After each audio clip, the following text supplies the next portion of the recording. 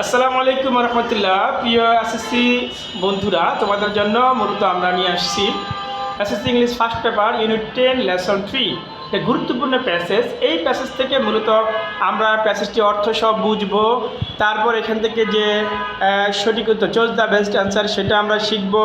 পাশাপাশি আরও যে বিষয়গুলো শিখবো, যে প্যাসেজ শিখবো, রাইট ফর্ম বা ভার্ব শিখে যাবো, রিয়ারেন্স শিখে যাবো, প্রিপোজিশন শিখে যাবো, সাফিক্স অ্যান্ড প্রিফিক্স শিখে যাবো, আর্টিকেল শিখে যাবো। আমরা মূলত প্রীতিলতা ওয়াদ্দেদার যেই প্যাসেজটি রয়েছে আমরা সেটি সম্পর্কে মূলত কথা বলছি। তো আসো আমরা অর্থটা বুঝে নিই। প্যাসেজের অর্থ সব বুঝলে তখন তুমি 1, 2, 3 পারা, প্রশ্ন পারা, সঠিক উত্তর পারা তোমার জন্য সহজ হবে। দেখো প্রথমে কি লিখেছি, দেখো Pritilata Waddedar was born in Chittagong 5 May 1911। অর্থাৎ প্রীতিলতা ওয়াদ্দেদার চট্টগ্রামে 5 মে 1911 সালে জন্মগ্রহণ করেছিলেন। Okay, she was a meritorious student. সে ছিল একজন মেধাবী শিক্ষার্থী at doctor Khastagir government girls school in Chattogram and Eden college, Dhaka. সে ছিল খুবই মেধাবী শিক্ষার্থী, যে কিনা ডক্টর খাস্তাগির গভর্নমেন্ট সরকারি বালিকা বিদ্যালয় চট্টগ্রামে এবং পরবর্তী ইডেন কলেজে ঢাকাতে তিনি লেখাপড়া করেছিলেন। আচ্ছা, শি গ্রাজুয়েটেড, সে স্নাতক অর্জন করেছিলেন ইন ফিলোসফি, দর্শনে, with distinction from Bethune college in কলকাতার বেথুন কলেজে তিনি এই বিষয়ে তিনি বিশেষত্ব অর্জন করেছিলেন। ইন হার কলেজ ডে, তার কলেজ জীবনে প্রীতিলতা ছিলেন অ্যান অ্যাক্টিভিস্ট, তিনি ছিলেন একজন কর্মী, যে কিনা অ্যাক্টিভিস্ট, যে কিনা একজন সক্রিয় কর্মী in the anti British movement. British যখন ওই সময় যখন ব্রিটিশরা আমাদের ঢাকা তখন ভারতীয় উপমহাদেশে আক্রমণ করেছিল, অর্থাৎ তারা 190 বছর, প্রায় 200 বছর এই ভারতীয় উপমহাদেশ শাসন করেছিল। তো সেই সময় তিনি কি একজন সক্রিয় কর্মী ছিলেন এই ভারতীয় যে সংগ্রামে, ভারতে যে আক্রমণ করেছিল বা তারা যে ভারতকে শাসন করেছিল সেই মুভমেন্টে, সে আন্দোলনে, সংগ্রামে তিনি ছিলেন একজন সক্রিয় কর্মী। অল থ্রো, সারাবেলা, হার লাইফ, তার জীবনের সারাবেলা বা তার সারা জীবন জুড়ে, সে স্বপ্ন দেখতেন, পাস্ট টেন্স, অফ 2 থিং, 2টা বিষয় তিনি স্বপ্ন দেখতেন। এ সোসাইটি উইদাউট, একটা সমাজ, জেন্ডার ডিসক্রিমিনেশন, যেটা হবে সমাজটা হবে বৈষম্য মুক্ত, অ্যান্ড হার মাদারল্যান্ড, তার মাতৃভূমি হবে free from British colonial rule, ব্রিটিশদের যে ঔপনিবেশিক শাসন এটা থেকে তার দেশে মুক্তি পাবে। কারণ ওই সময় এই দেশটাকে শাসন করতো ব্রিটিশরা, এবং সেই ব্রিটিশদেরকে হটানোর জন্য একটা আন্দোলন হয়েছিল। সেই আন্দোলনে তিনি সক্রিয় কর্মী ছিলেন এবং তিনি স্বপ্ন দেখতেন যে দেশটা বৈষম্যমুক্ত হবে এবং দেশটা ব্রিটিশদের যে শাসন সেটা মুক্ত হবে। সো হি ডিসাইডেড, তাই সে সিদ্ধান্ত নিলেন টু ফাইট, যুদ্ধ করতে, অ্যাগেনস্ট, বিরুদ্ধে, কাদের বিরুদ্ধে? দ্য ব্রিটিশ রুল, ব্রিটিশদের এই যে শাসন এটার বিরুদ্ধে তিনি সিদ্ধান্ত নিলেন যে তিনি যুদ্ধ করবেন। সোন আফটার, তার কিছু পরেই প্রীতিলতা হয়ে গেলেন দ্য হেড টিচার, প্রধান শিক্ষক হয়ে গেলেন of Nandankanan Aparnacharan school in চট্টগ্রামের যে নন্দকানন অপর্ণাচরণ স্কুলে তিনি প্রধান শিক্ষক হয়ে গেলেন। আমরা এই পর্যন্ত প্যাসেজটা লিখেছি, আমরা সংক্ষিপ্ত লিখেছি, বই আর বেশি আছে। মূলত আমরা যেগুলো মোটামুটি যতটুকু দরকার বা যতটুকু আমরা লিখেছি এখান থেকে মূলত আমরা অর্থ শিখলাম, এবং এখন আমরা যে এটার সঠিক উত্তরটাকে শিখে নেব।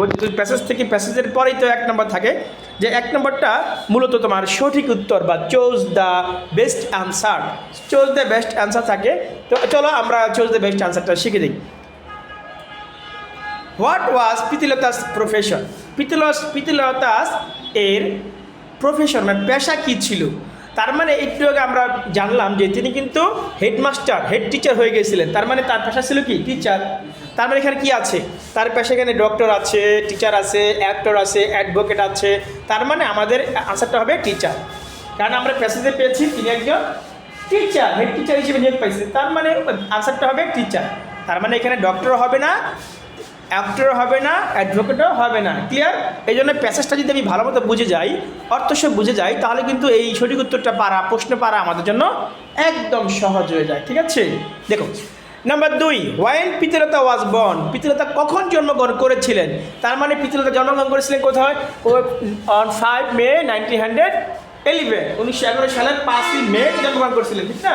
তার মানে প্যাসেজে কিন্তু উত্তরটা দেওয়া আছে। এখন আমি প্যাসেজটা বুঝলে তখন আমার জন্য সহজ হবে। 6 মে 1921 এটা হবে না। 5 মে 1911, তারপরে 5 জুন 1911, 6 জুন, তার মানে এটা মিলে না। আমার মিলে হলো 5 মে 1911, 5ই মে 1911, এটা আমার মিলে যায়। সুতরাং আমি এটা আনসার করব। দেখো নাম্বার 3, পিতৃলতা ওয়াজ পিতৃলতা ছিলেন একজন কি? ব্রিলিয়ান্ট স্টুডেন্ট, মেধাবী শিক্ষার্থী, ক্লেভার চালাক, মেরিটিয়াস মেধাবী, ফুল বোকা।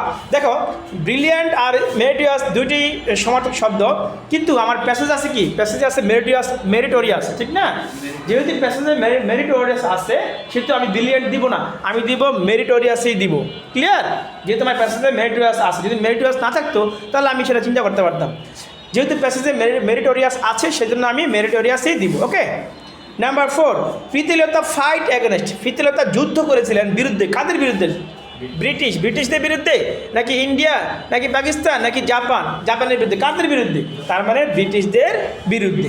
তার মানে দেখো আমরা এখান থেকে কিন্তু সঠিক উত্তর পেয়ে গেলাম, শব্দ আমরা বুঝে গেলাম, অর্থ বুঝে গেলাম। পাশাপাশি এখানে দেখো যে রাইট ফর্ম ভার্বের ক্ষেত্রে দেখো এখানে যদি এখানে ওয়াজ আছে, পরীক্ষা অনেক সময় বি লিখে দেয়, তাহলে বি থাকলে পাস্ট টেন্স, যেহেতু 1911 সালের ঘটনা, সেহেতু এখানে বি লিখলে আমি কিন্তু রাইট ফর্ম ভার্বের ক্ষেত্রে ওয়াজ দিব। কেমন?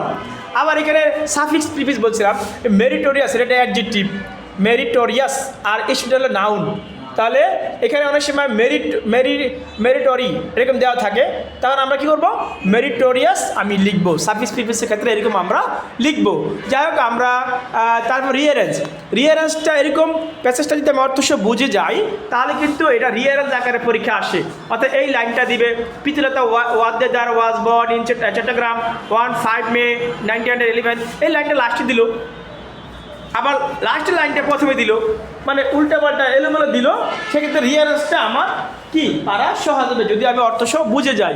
তারপরে প্রিপোজিশনে যে ইন, চট্টগ্রামের আগে মানে কোনো বড় স্থানের আগে ইন বসে, 1 মে তারিখের আগে 1 বসে, তাই জন্য এই ইন 1, তারপরে এখানে অ্যাড, এই যে অ্যাড বসছে, কোনো জায়গার আগে, ছোটো জায়গার আগে অ্যাড বসে, হ্যাঁ, তারপরে ইন চট্টগ্রাম, এখানে ইন বসছে। এরকমভাবে কিন্তু আমরা প্রিপোজিশনও আমরা পারতে পারি। তার মানে একটা বিষয় বুঝলে আমরা কিন্তু এখান থেকে অনেকগুলো বিষয় বুঝতে পারি। আশা করছি তোমরা বুঝতে পেরেছ, এবং এইভাবে বুঝতে পারলে পরীক্ষায় তোমরা অনেকগুলো বিষয় শিখতে পারবে। কারণ তোমরা এসএসসি পরীক্ষার্থী, তোমাদের একটা বিষয় দিয়ে অনেকগুলো শিখতে হবে। সেজন্য এই অর্থ সে প্যাসেজ বুঝতে হবে, সঠিক উত্তর পারতে হবে, প্রশ্ন পারতে হবে, প্যাসেজ, প্রিপোজিশন, সাফিক্স প্রিফিক্স, অনেকগুলো বিষয় আমরা একসঙ্গে অনেকগুলো পাখি এক ঢিলে অনেকগুলো পাখি মারবো ইনশাআল্লাহ। আশা করি তোমরা আমাদের সাথে থাকবে এবং এটা অর্থ সব ভালো মতো বাসায় পড়বে, পড়লে তোমরা আরও বুঝতে পারবে। ধন্যবাদ।